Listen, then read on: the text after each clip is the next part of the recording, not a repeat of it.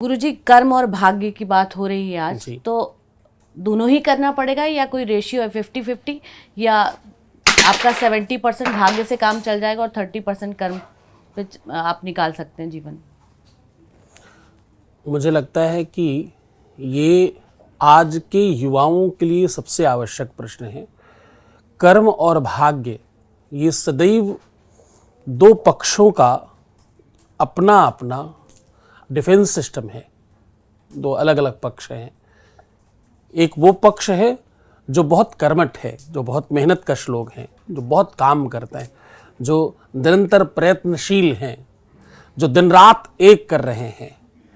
किसी सफल व्यक्ति को अवसर लगा कुछ बोलने को, तो उसने कहा कि जब चलते चलते थक जाते हैं लोग, उसके आगे भी जो दौड़ा रहता है वही सफल हो पाता है।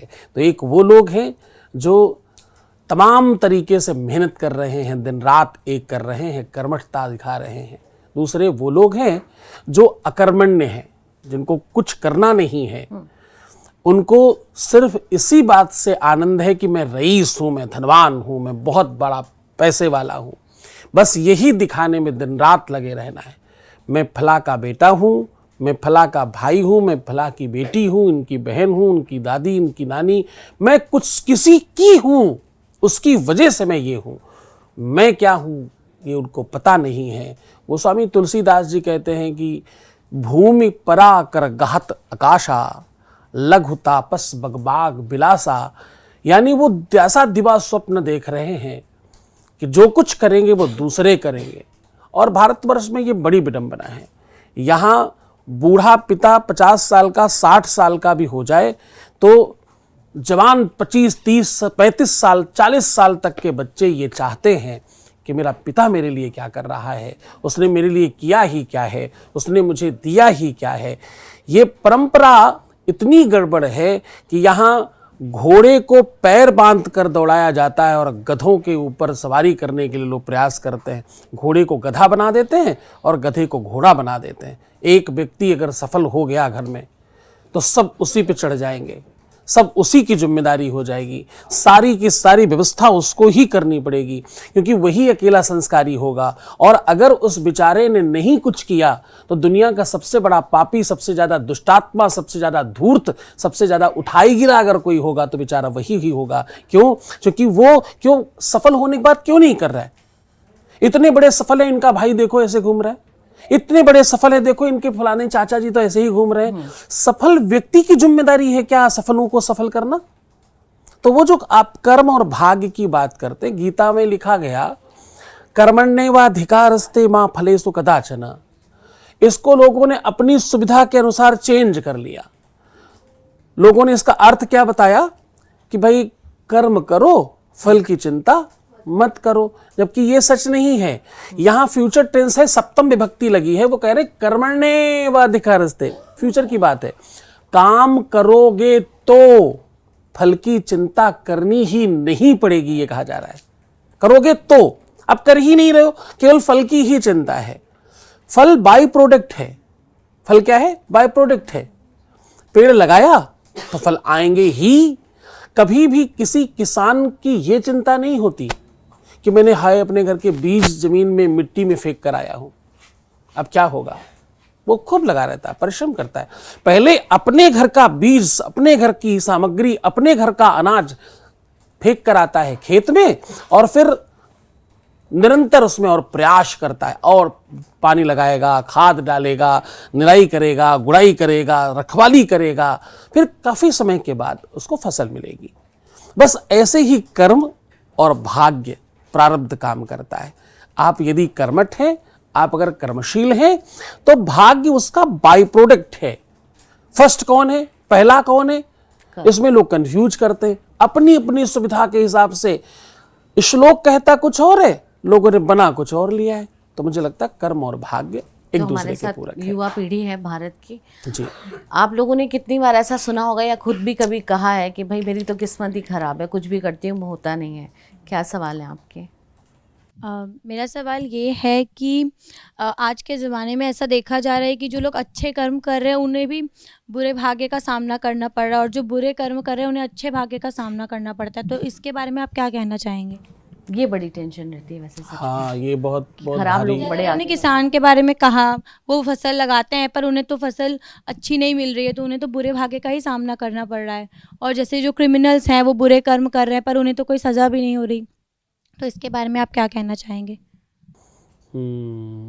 बढ़िया प्रश्न है और आज की समाज के लिए ये जरूरी प्रश्न है, क्योंकि भाग्य और कर्म ये दोनों को लोग पूरी तरह से जानते समझते नहीं हैं, इसलिए ऐसी बातें करते हैं।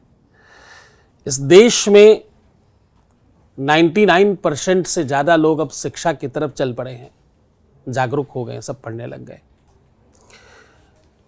उसके बावजूद इस देश में अभी भी 3.7% लोग ही हैं जो लाख रुपए से ऊपर कमा पा रहे हैं। आप समझ पा रहे हो कि तुम सब बच्चे हो और तुम सबकी आदत है कि तुम गूगल करोगे, जब मैं कुछ कहूँगा तो तुम गूगल भी करके देख सकते हो।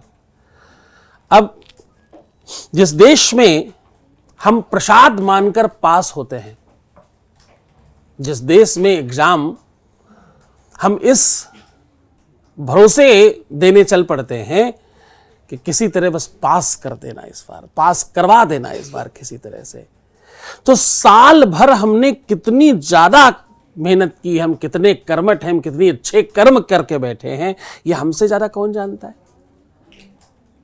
तो हम अपने कर्म करते ही नहीं और ये मान लेते हैं कि हमने किया है। आप सौगंध बताइए कि आपके आसपास रहने वाले कितने ऐसे बच्चे जिनको आप कह सकते हैं ये सच में पढ़ाई कर रहे हैं, अपने पढ़ाई के प्रति, अपने कर्म के प्रति कितना निष्ठावान है। केवल सुबह उठ जाना, केवल समय पर स्कूल पहुंच जाना, कॉलेज पहुंच जाना, केवल वहां बैठे रहना, क्या इतना ही शिक्षा है? क्या इतना ही कर्म है? मैं किसी भी बात पर, इस बात पर भरोसा करता ही नहीं हूं कि आपने कर्म अच्छे किए आपको फल बुरा मिलेगा।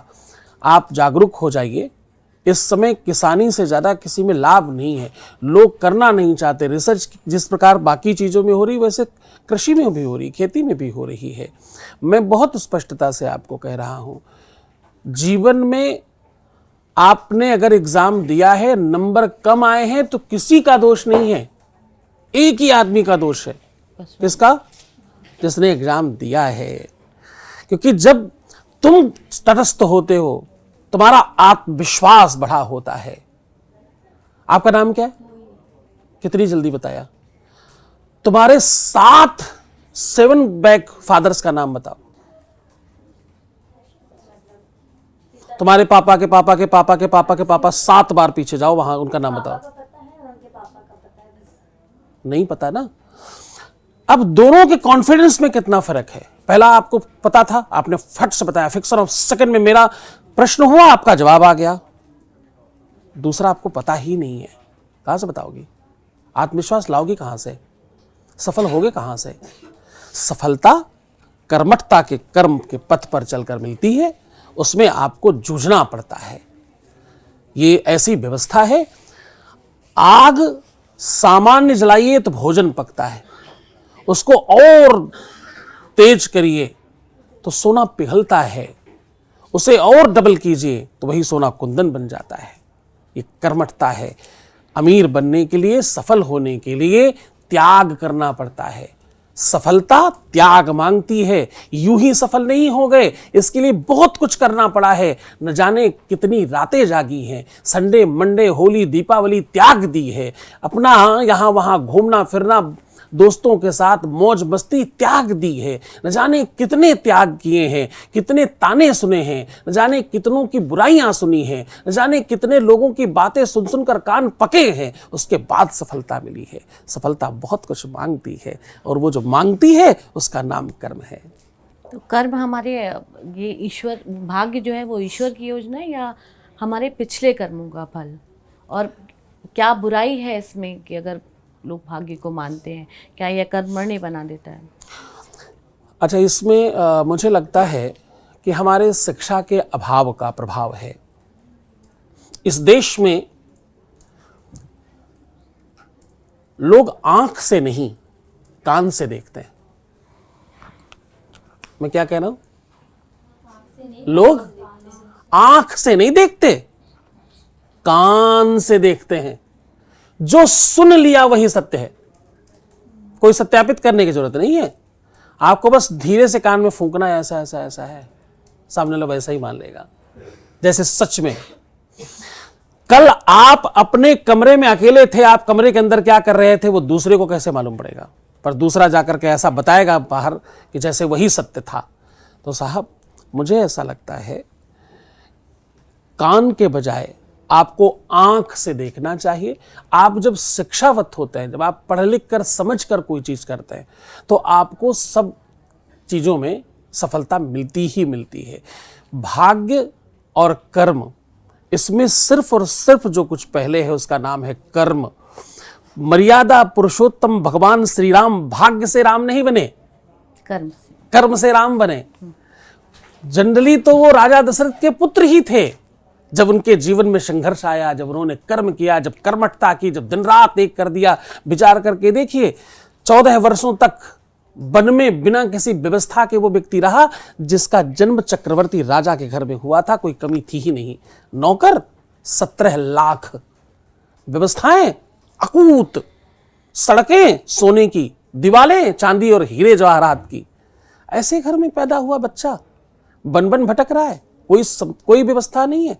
तुम्हें एक समय का भोजन नहीं मिले अगर किसी भी अव्यवस्था की वजह से, तुम अपने मन से चाहे 4 दिन मत खाओ, मैगी पिज्जा खा करके काम चला लो, लेकिन अगर कदाचित किसी अव्यवस्था के कारण आपको एक दिन भोजन नहीं मिला तो आप सालों वो कहानी लोगों को सुनाओगे।